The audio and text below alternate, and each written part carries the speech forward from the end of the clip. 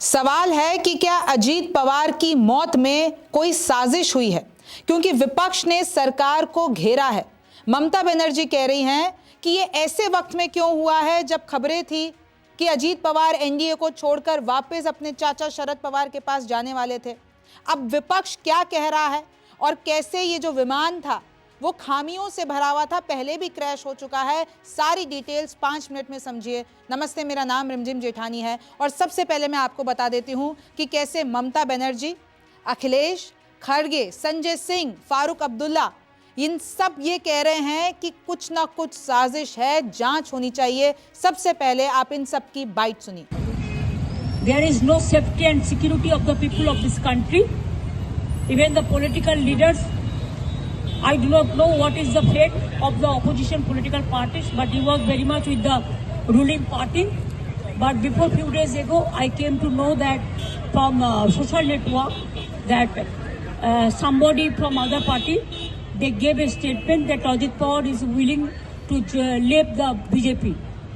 And now what happened today, I need proper investigation under the supervision of Supreme Court. Only we have the trust on Supreme Court, no other agency. All the agencies are being totally purchased. And really it's a great loss for the country. Maybe he's from the opposition. Now he's from the opposition. But tomorrow he's supposed to join the original force of their party. साजिश भी बता रही है। साजिश स्वाभाविक है क्योंकि बहुत बड़े नेता थे, डिप्टी सीएम कई बार रहे वो, और महाराष्ट्र के बहुत लोकप्रिय नेता रहे।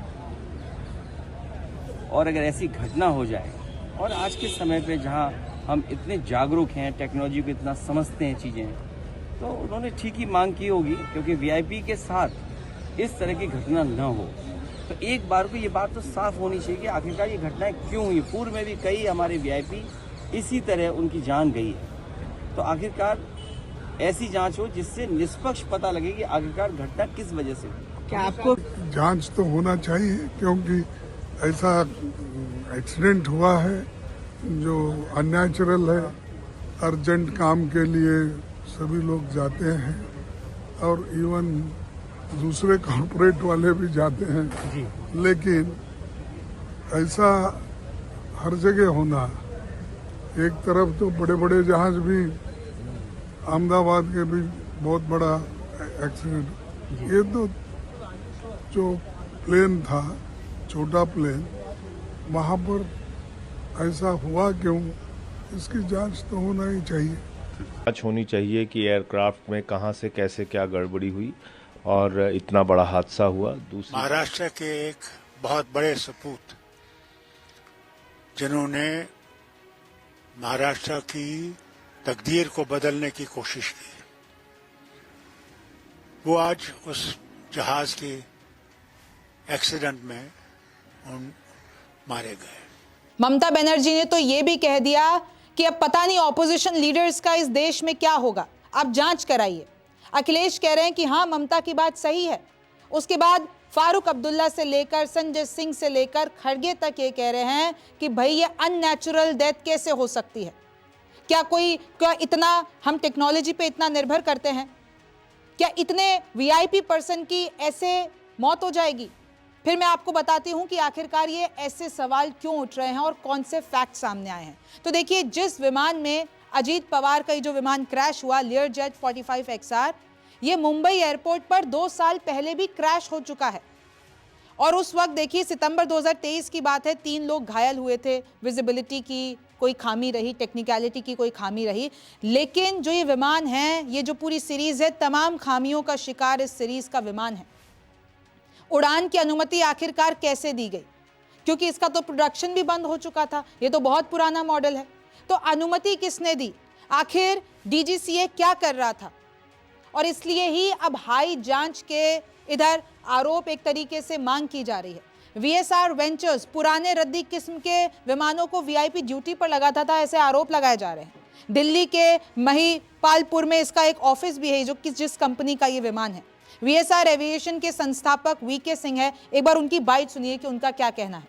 Yes, that is the reason. Because you know, उसमें ना तो आप थे ना मैं था, कोई नहीं था. वो पायलट का डिसीजन था. You know, he made an approach from runway 29, and then he carried out a missed approach. After which, again, he tried to make an attempt from runway 11. This is what I also have no contact with the pilots. Very experienced pilot, more than 16,000 hours of experience. Very seasoned. The co-pilot was also 15,000 hours. 1,500 hours. And the captain was very experienced, instructor, examiner material.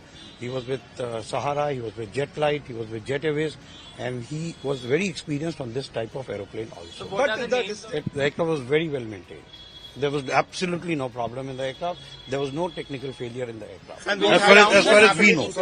Ma'am 2023 में जो हुआ था वो Bombay airport पे हुआ था और उसमें भी बारिश हो रही थी, लो विजिबिलिटी थी and the pilot after touchdown skidded off the runway. So that was the incident. सवाल तो ये भी उठ रहे हैं कि क्या विमान की क्वालिटी या इंजीनियरिंग की कोई जांच हुई थी? ये हादसा कैसे हो गया? महिला कैप्टन मैं आपको बताती हूं कि कुछ डिटेल सामने आई है. महिला कैप्टन के आखिरी शब्द थे, ओ शिट.